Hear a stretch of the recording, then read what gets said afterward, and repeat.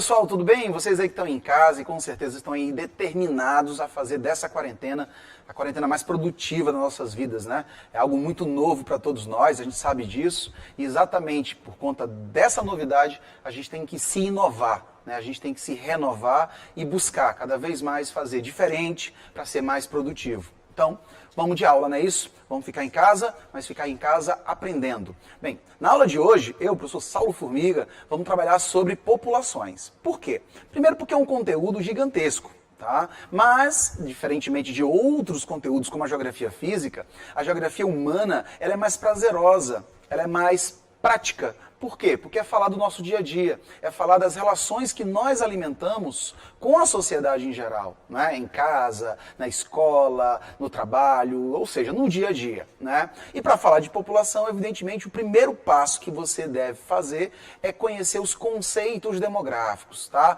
Tanto faz ser do primeiro ano ou mesmo do nono. Tá? Você que está no fundamental ou está no ensino médio, tem que dominar esses conteúdos, tá? Tem que dominar a parte dos verbetes. Por quê? Porque esses verbetes eles trazem, na verdade, a noção mais básica do todo. Aí sim, depois de dominar esses verbetes, a gente começa, portanto, a aprofundar esses estudos através dos fenômenos e, claro, da evolução. Perfeito? Agora vamos começar com algumas perguntas bem simples. Como é a sua vida hoje? Será que a gente vive da mesma forma que nossos pais viviam quando tinham a nossa idade? Será que você tem como um projeto de vida, você estudante que está aí assistindo a essa aula nesse momento, será que teu projeto de vida envolve ter 10 filhos? Bem, a minha avó teve 16. Bem, eu fico imaginando como era esse café da manhã com 16 meninos em casa. Não devia ser nada comum, não é verdade? Agora, 16 filhos de um lado de avós paternos e eu tive 8 tios do lado da avó materna, né? Então veja, as famílias eram numerosas. Se você puxar pela memória ou perguntar bem aí para o pai e para a mãe, com certeza a sua família também vai compartilhar da mesma história. Agora, dos meus pais para mim, uma geração apenas, eu tenho apenas um filho e não pretendo ter outro agora tão cedo. Então, essa redução é uma redução proposital, é uma escolha minha. Mas por que eu tive esse prazer? Por que eu tive esse poder? Porque hoje as relações sociais são completamente diferentes. Né? Hoje você tem o acesso à educação de uma forma mais ampla. Naquele tempo era mais difícil, havia aquela ideia que somente ricos ou pessoas mais afortunadas podiam estudar. Né? Os mais pobres deveriam trabalhar desde cedo. E isso impera ainda em muitas localidades no Maranhão, não é verdade? Mas com muita força e com muita estrutura, a gente está tentando mudar essa realidade. É por isso que a gente está aqui, estudando, aprendendo, para construir esse futuro, não é mesmo? E você está com a gente. Parabéns. Olha só, entre os meus avós, meus pais e eu, nós temos 3 gerações distintas, né? Minha avó materna teve 8 filhos, minha mãe apenas 3 e eu apenas 1. É provável que o meu filho nem filhos tenha. Uma escolha dele também. Por quê? Porque daqui a alguns anos, a estrutura que ele terá acesso tendenciosamente será mais ampla, né? E o dia a dia vai acabar exigindo mais dele, assim como exige da gente. E com isso, na hora de colocar aqui os pesos e as medidas, às vezes o trabalho acaba tendo uma somatização muito maior do que a família. Infelizmente ou felizmente, isso vai depender do que cada um de nós temos como estilo de vida. Tá vendo? Olha quanta coisa a gente já falou bem aqui nesses primeiros 5 minutos. Pois é, tem muito mais coisa por aí, fica ligado, hein? Então vamos para os conceitos? Bem, nós vamos trabalhar primeiro com população, não é isso? E os conceitos que eu falei são os conceitos básicos. E para começar, vamos realmente colocar a palavra básico aqui ao pé da letra. Ó. População absoluta e população relativa. São 2 conceitos que em qualquer questão de população você precisa dominar, tá bom? População absoluta significa o que, gente? Ó, número total de indivíduos em um determinado lugar, em um determinado local. Por exemplo, na sua casa, quantas pessoas estão com você de quarentena? Vamos imaginar aí que tenha 4 pessoas. Muito bem. Então, a população absoluta da tua casa, do território da tua casa, é de 4 pessoas. É só o número total. No Brasil, a gente tem algo em torno de 200 milhões. Já a população relativa, ela faz uma relação, por isso população relativa, a distribuição dessa população pela área. Então é como se eu pegasse, por exemplo, a tua casa deve ter o quê? Vamos chutar, algo em torno de 50 metros quadrados. São 4 pessoas, então eu tenho mais de 10 metros para cada, não é isso? Agora, se eu tenho mais pessoas na mesma metragem, evidentemente eu tenho mais pessoas por metro quadrado, tá? Então, população relativa é a nossa densidade demográfica, ok? Relação entre a quantidade e a área ocupada por ela. Então, pegando o Brasil como exemplo, nós temos 210 milhões de brasileiros, já atualizado, né? E 25 habitantes por quilômetro quadrado, que é a média que nós vamos encontrar no país, tá? Claro que 25 é pouco, né? Se você considerar como um número real. Só que você tem que levar em conta também que o Brasil é gigantesco. E isso, sem dúvida, vai ser um ponto que nós vamos discutir já já, tá? Então, população absoluta e relativa, trazendo também, ainda como gratificação, vamos dizer aí, ou como bonificação, melhor, enquanto conceitos, o conceito de densidade demográfica. Beleza? Firmou aí? Então vamos continuar. Olha só. Eu peguei aqui uma frase para exemplificar um pouco de outro conceito que vai trazer essas ideias sobre absoluta e relativa, tá? Você pode encontrar em uma prova, em um livro, o conceito de país populoso e país povoado, tá? País populoso e país povoado. Mas você sabe o que quer dizer cada uma dessas palavras? Então, vamos ver na prática, né? Vamos pegar o exemplo do Brasil. O Brasil é um país muito populoso. Perceba aqui, ó, a entonação, tá muito populoso, a intensidade. Porém, ele é pouco povoado. Tem tudo a ver com o que a gente viu agora há pouco, tá? Primeiro, o Brasil é muito populoso porque nós temos 210 milhões de brasileiros, 210 milhões de pessoas habitando o nosso território. E esse número é um número muito expressivo, não há dúvida. Mas você sabe quais são os países mais populosos do mundo? Toda vez que você ouvir esse termo, tá, populoso, ele pode ser muito ou pouco, tá? Mas uma coisa eles têm em comum. Todos os dois vão tratar do mesmo conceito, tá? População absoluta. Populoso é população absoluta, então tem muito ou tem pouco, mas trata do quantitativo total. Bem, você pode começar pela China, que inclusive roubou a cena aí nas últimas semanas. A população chinesa gira em torno de 1 bilhão e 400 milhões de chineses. É quase 7 vezes a população do Brasil. A Índia vem logo depois com 1 bilhão e 300 milhões. Veja só, 6 vezes, um pouco mais que o Brasil, né? A população brasileira também é numerosa, está entre as 10 maiores, mas não tanto quanto, né? Não tão quanto a população asiática, sobretudo a asiática, tá? Bem, volta aqui um pouquinho. Quando eu falo de 25 habitantes por quilômetro quadrado, eu estou falando da densidade demográfica média do Brasil, né? E é bom lembrar que isso me remete à ideia de pouco povoado. Por quê? Porque a palavra povoado, como nós já fizemos a relação, ela traz à luz da discussão a distribuição dessa população, não é mesmo? Então, se eu tenho uma média de 25 apenas, significa dizer que eu tenho um território muito grande para a população que eu apresento. Então quer dizer que ainda há muito espaço a ser ocupado. Agora é bom lembrar que em meio a isso tudo nós também temos uma irregular distribuição.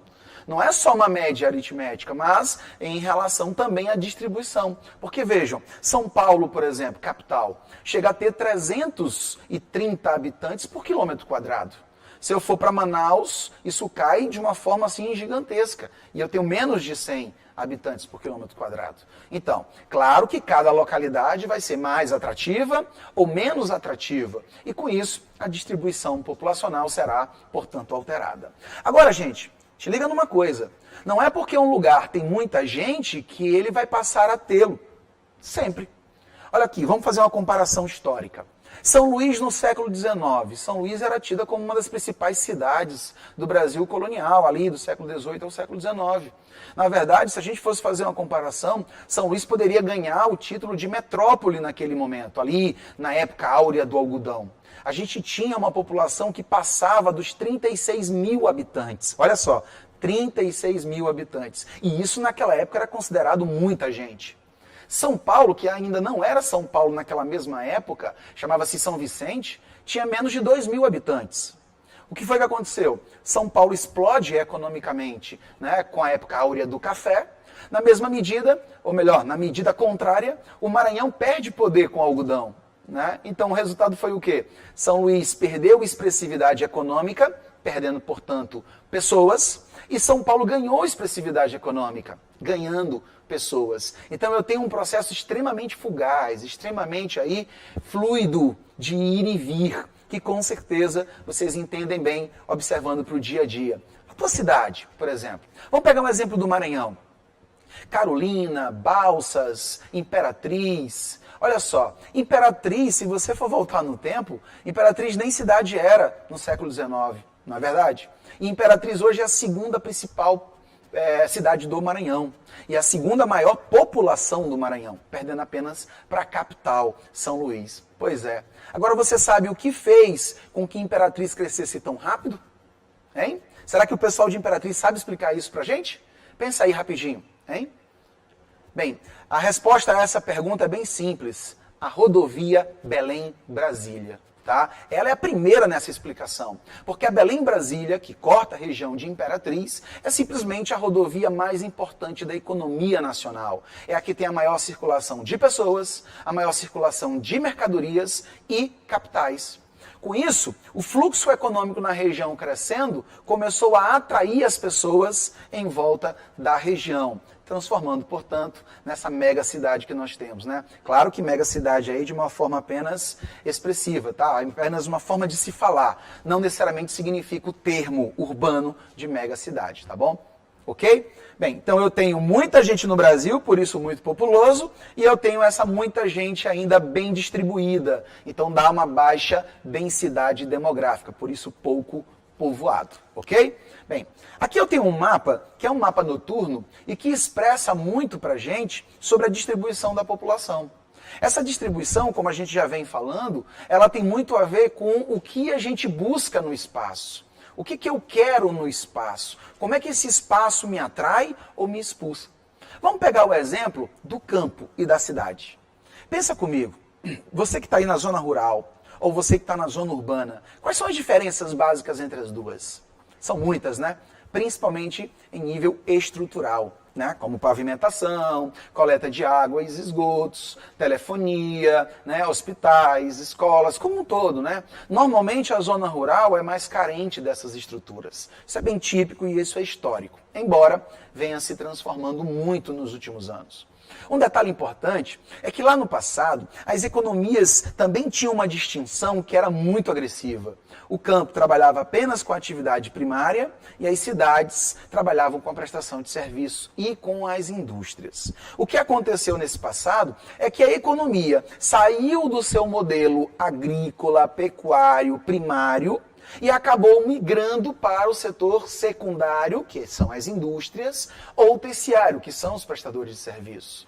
Com essa ampliação da economia e o seu investimento específico nas cidades, as cidades começaram a ter uma produção econômica cada vez maior, e isso atraía as pessoas. Então imagina comigo, ó, as cidades começaram a ter mais empregos e o campo tinha mais pessoas. Claro que as cidades começavam, portanto, a atrair essas pessoas. E as pessoas saíam do campo em direção às cidades.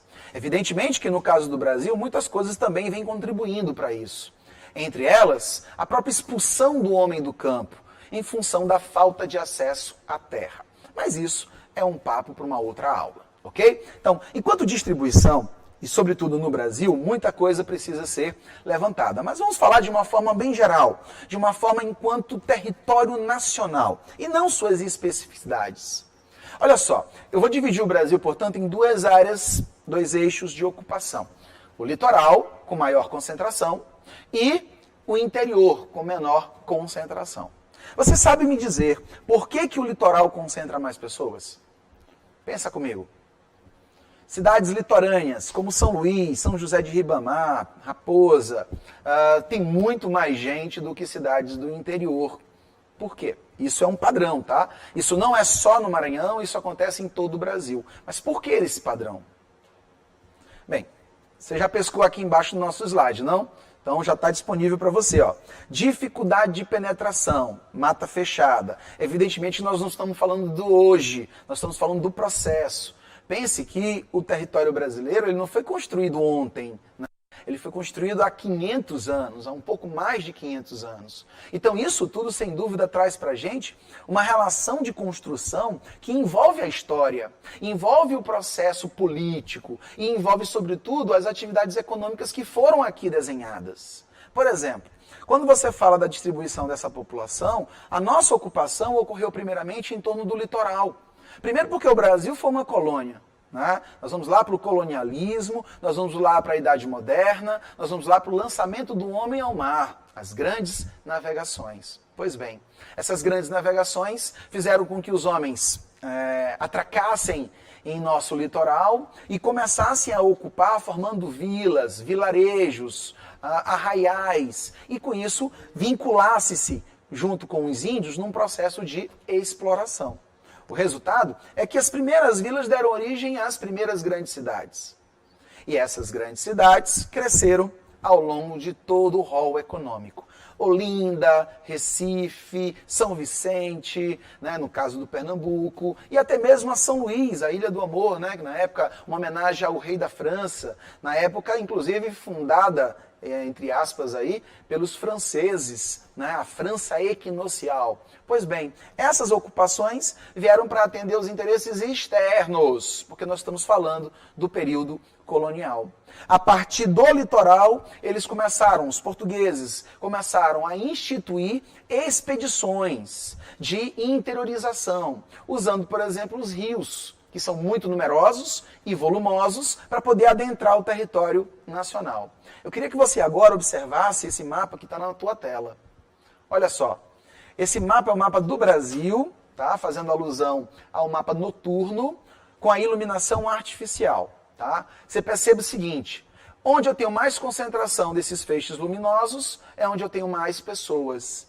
Onde eu tenho menos concentração desses feixes, menos pessoas. Então, há uma relação direta com o que nós acabamos de citar, não é mesmo? Então, o litoral concentrando cidades e, portanto, economias e sociedade, e o interior com condições mais remotas. Se você lembrar bem, até hoje, esse interior ainda mantém essa condição remota. E quanto mais difícil for o acesso, mais difícil também é o ir e vir, mais difícil também é o atender das minhas necessidades. E com isso, essas localidades do interior acabam, portanto, não sendo atrativas. Tá? Então, dificuldade de penetração com o processo histórico, principalmente por conta da mata fechada, ocupação histórica de fora para dentro, ou seja, somos frutos das navegações. Então, o primeiro processo a ser incluído no Brasil, sem dúvida, são os portos e as vilas litorâneas, e uma economia clássica de exportação. Gente, presta atenção nisso, hein? Anota bem aí do ladinho no caderno.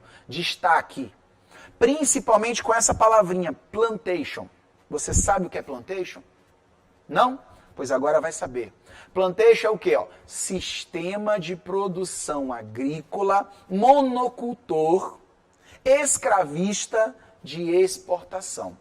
É uma grande lavoura, monocultora, uma só cultura, tá? Escravista e de exportação. Ela foi a base da economia colonial, sobretudo para o Brasil. Só para você ter uma ideia, o açúcar, o cacau, o café e o algodão foram todas obras das plantations, só que nós chamamos de ciclos econômicos. E eu posso até incluir aí a borracha, embora com alguns delicados pontos. Porque a borracha, apesar de ser extrativista, houve uma tentativa, viu? Houve aí um fenômeno chamado Fordlândia, que não saiu do papel como imaginavam, mas houve a tentativa de produção de seringueiras em caráter agrícola, tá? Mas não deu certo. Para você entender como as plantations foram extraordinariamente fundamentais nessa construção, embora trazendo sérios problemas. Só fazendo um link aqui com a história, com a arte, com as outras ciências, a Casa Grande de Senzala, por exemplo, que é uma grande obra literária brasileira, ela não só nos alimenta enquanto literatura, mas também enquanto análise histórica, poética e social da população do Brasil, tá? Porque institui aí a hierarquia da época, né? A hierarquia entre os servos e os seus senhores. Olha só, essa distribuição, portanto, tem a ver com a questão da atração, não é isso? O litoral pelo fator histórico e econômico e o interior pela dificuldade de acesso, tá bom? Mas volto a frisar, o que é do interior, a partir do momento que ele passa a ter estruturas que deem acessibilidade, isso faz com que essas cidades interioranas também possam a crescer. Perfeito?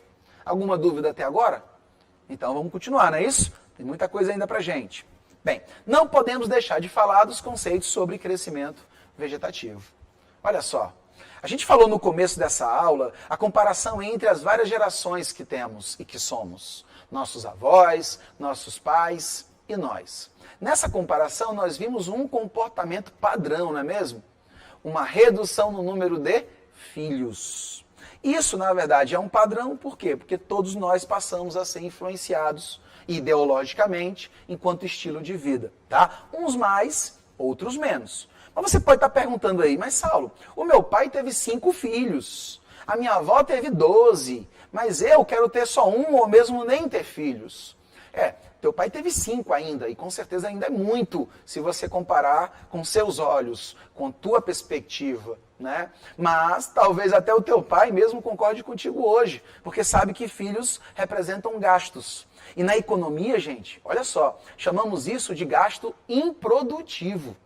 Por que gasto improdutivo? Porque não vale a pena? Não, não é isso não.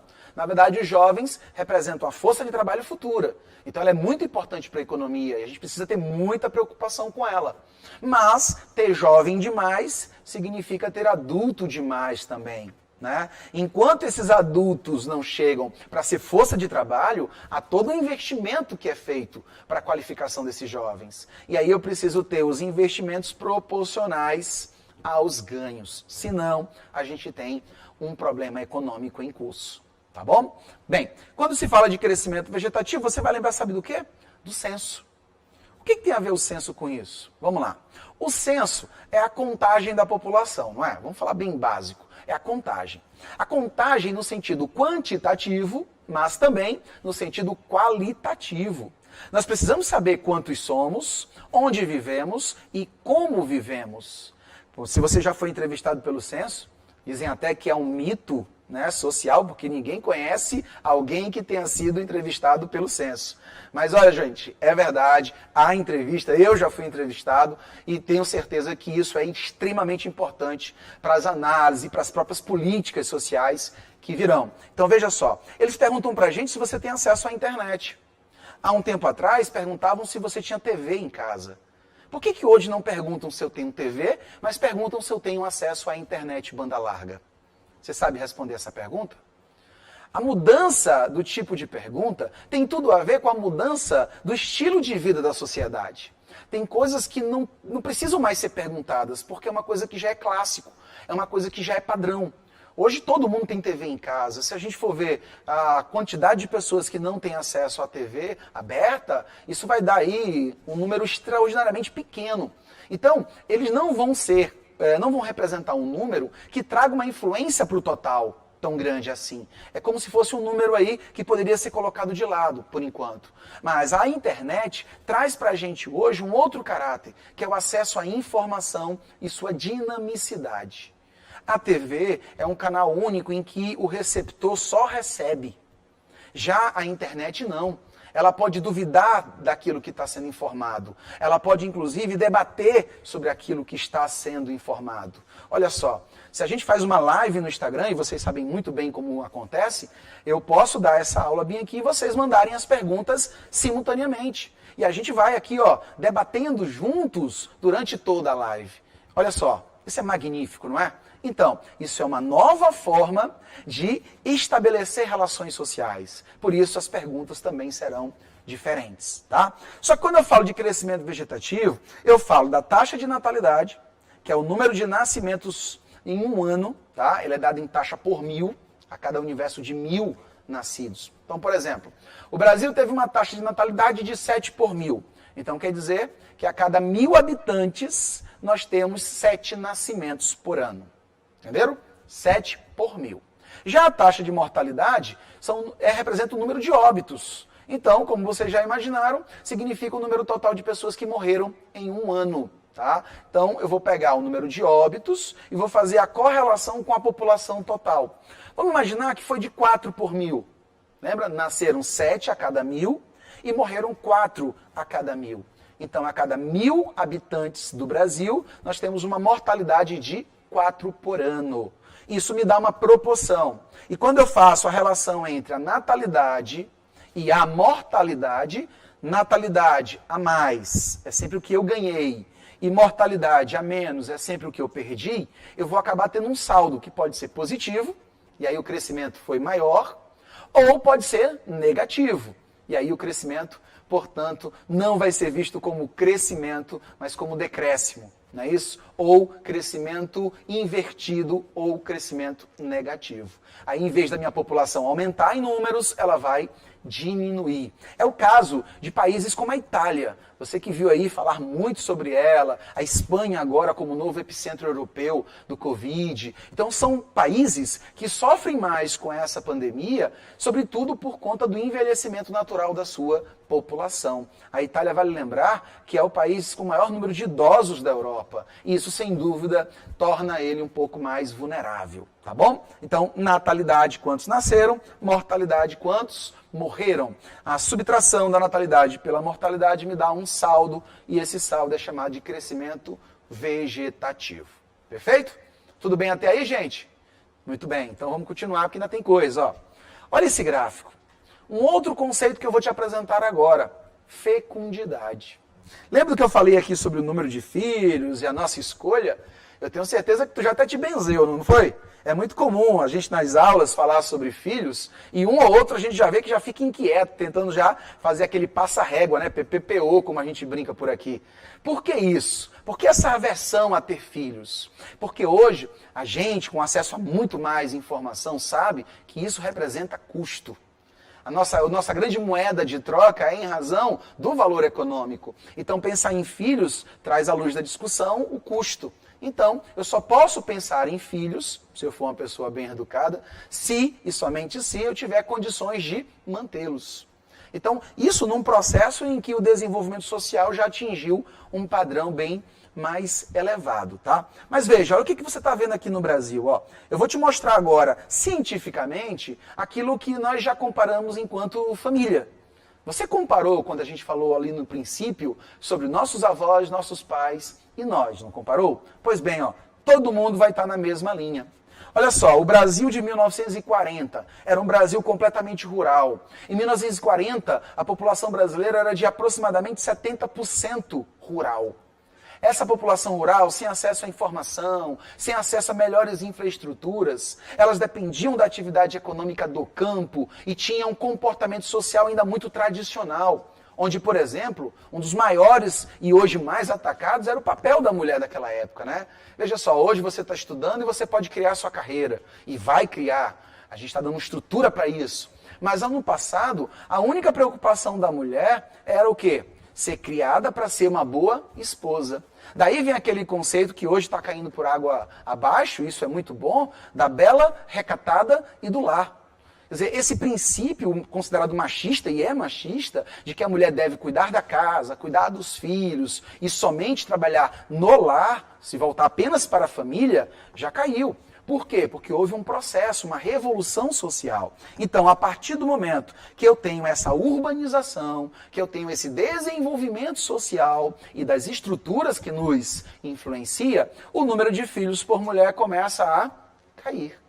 Olha só, não é fácil, a gente nunca trabalhou tanto como vem trabalhando de casa, não é mesmo? Porque agora está todo mundo reunido. É o trabalho extra-lar e o trabalho do lar. Todos ali em comunhão. Então, olha, esse trabalho faz com que a gente acabe por levantar esse tipo de identidades, de reduzir o número de filhos por família. Então, entra aí alguns elementos chaves nesse processo. Então, anota aí, gente. Primeiro, você tem aqui a preocupação com os casamentos tardios. As pessoas estão deixando para casar mais tarde. Em vez disso, estão estudando por mais tempo. Aumentando o tempo de escolarização, as pessoas têm muito mais esclarecimentos.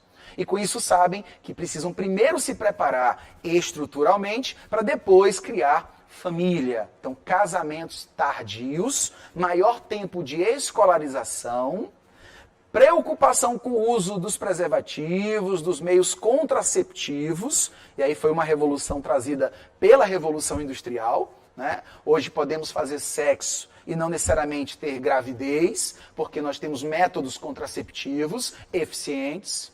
E, evidentemente, a saída da mulher de casa para o mercado de trabalho. São fatores que foram exigidos para a sociedade. E veja só, por que a mulher saiu para trabalhar? É uma pergunta que sempre que eu faço nas salas, às vezes as pessoas têm uma interpretação equivocada. E a resposta que vem até nós é uma resposta que a gente não gostaria de ouvir. Mas você sabe por que a mulher saiu para trabalhar? Pela urbanização. Na verdade, quando a família sai do campo e vem para as cidades têm sim mais estruturas, mas também têm um custo de vida mais caro. E aí o homem sozinho não consegue mais bancar essa estrutura. Sozinho, o homem, embora ele ainda deseje, esperneie sobre essa ótica, ele não consegue mais sanar as necessidades da família numerosa nas cidades sozinho. Então, os filhos passam a sair para trabalhar e a esposa também passa a sair para trabalhar. Todo mundo participa dessa produção econômica. E com isso, a mulher agora, experimentando essa vivência de participação econômica externa, ela também começa a lutar pelos seus direitos. Porque agora ela percebe que ela produz tanto quanto o homem. E aí entra, claro, a briga dos gêneros, né? As guerras sexuais, como a gente chama, dentro da geografia econômica. Perfeito? Bem, então a fecundidade da mulher brasileira cai, em 1940 cai de 6,16, em 2010 bate 1,90, ou seja, o casal está tendo menos de 2 filhos em média. Menos de 2 filhos em média, ok? Gostou do que nós vimos hoje? Pois é. Então faça uma revisão com muita calma, observe o teu dia a dia, a tua cidade, conversem com teus pais, conversem com os pais, com os avós. Eles trazem uma bagagem enorme para falar para a gente como era o comportamento da sociedade no passado e como a gente vê esse comportamento hoje. Isso, sem dúvida, além de trazer uma grande aula criativa, extremamente dinâmica para você, vai trazer aí um convívio familiar como nunca, tá bom? Até a próxima, galera. Grande beijo. Tchau.